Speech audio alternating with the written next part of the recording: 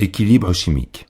On considère une réaction chimique générale dans laquelle les réactifs et les produits peuvent être sous différents états physiques. En phase aqueuse, sous forme de précipité solide, ou sous forme liquide, notamment dans le cas des solvants tels que l'eau.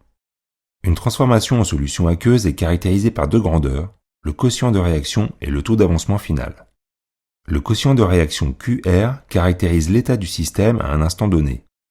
Il est sans dimension et fait apparaître, au numérateur, les concentrations des produits C et D en phase aqueuse divisées par la concentration de référence C0 élevée à la puissance égale à leur nombre stoichiométrique respectif.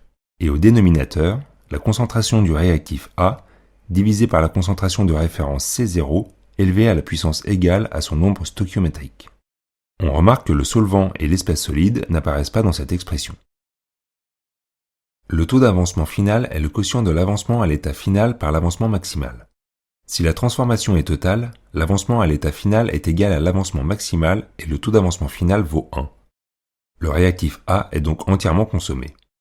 Si la transformation n'est pas totale, toutes les espèces, réactifs et produits sont présentes à l'état final et le taux d'avancement final est strictement inférieur à 1.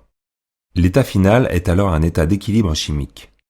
Il peut être modélisé par deux réactions opposées, d'où l'utilisation de la double flèche dans l'équation de réaction. Le quotient de réaction à l'équilibre est égal à la constante d'équilibre. Elle est caractéristique d'une réaction et ne dépend que de la température T du système. En comparant le quotient de réaction à tout instant T à la constante d'équilibre, on peut en déduire le sens d'évolution spontanée du système hors d'équilibre chimique. Le système évolue dans le sens tel que le quotient de réaction s'approche de la constante d'équilibre. Si le quotient de réaction est inférieur à la constante d'équilibre, le système évolue dans le sens direct. Si le quotient de réaction est supérieur à la constante d'équilibre, le système évolue dans le sens inverse, avec disparition de C, D et E et formation de A et d'O, pour que le quotient de réaction diminue et s'approche de la constante d'équilibre. Piles. Les piles électrochimiques sont un exemple de système siège de transformation spontanée. Le schéma de fonctionnement d'une pile fait apparaître l'ensemble des transformations et des transferts qui s'y opèrent. Une pile est formée de deux demi-piles. Dans cet exemple, la première demi-pile est constituée d'une électrode de zinc plongeant dans une solution de sulfate de zinc 2. La deuxième demi-pile est constituée d'une électrode de cuivre plongeant dans une solution de sulfate de cuivre 2. Les deux demi-piles sont reliées par un pont salin permettant le passage d'ions. Lorsqu'on relie les deux électrodes par un fil conducteur de l'électricité, la réaction d'oxydoréduction spontanée peut s'opérer. Un atome de zinc s'oxyde et forme l'ion Zn2+, qui passe en solution en libérant deux électrons. Ces deux électrons se déplacent dans le fil conducteur de l'électricité et permettent la réduction d'un ion Cu2+ de la solution en un atome de cuivre qui se dépose sur l'électrode. La neutralité des deux solutions est assurée par le transfert d'ions à l'intérieur du pont salin qui ferme le circuit électrique.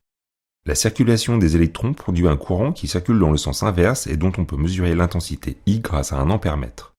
Par convention, le courant circule entre le pôle plus et le pôle moins. Le pôle plus est donc la demi-pile où il se produit la réduction et le pôle moins celle où il se produit l'oxydation. Le fonctionnement d'une pile est caractérisé par sa capacité Q qui prend en compte l'aspect électrique et chimique de la pile. La capacité d'une pile est la charge électrique totale circulant pendant la durée de fonctionnement de cette pile jusqu'à son usure complète. On peut donner deux expressions de cette capacité exprimées en coulombs.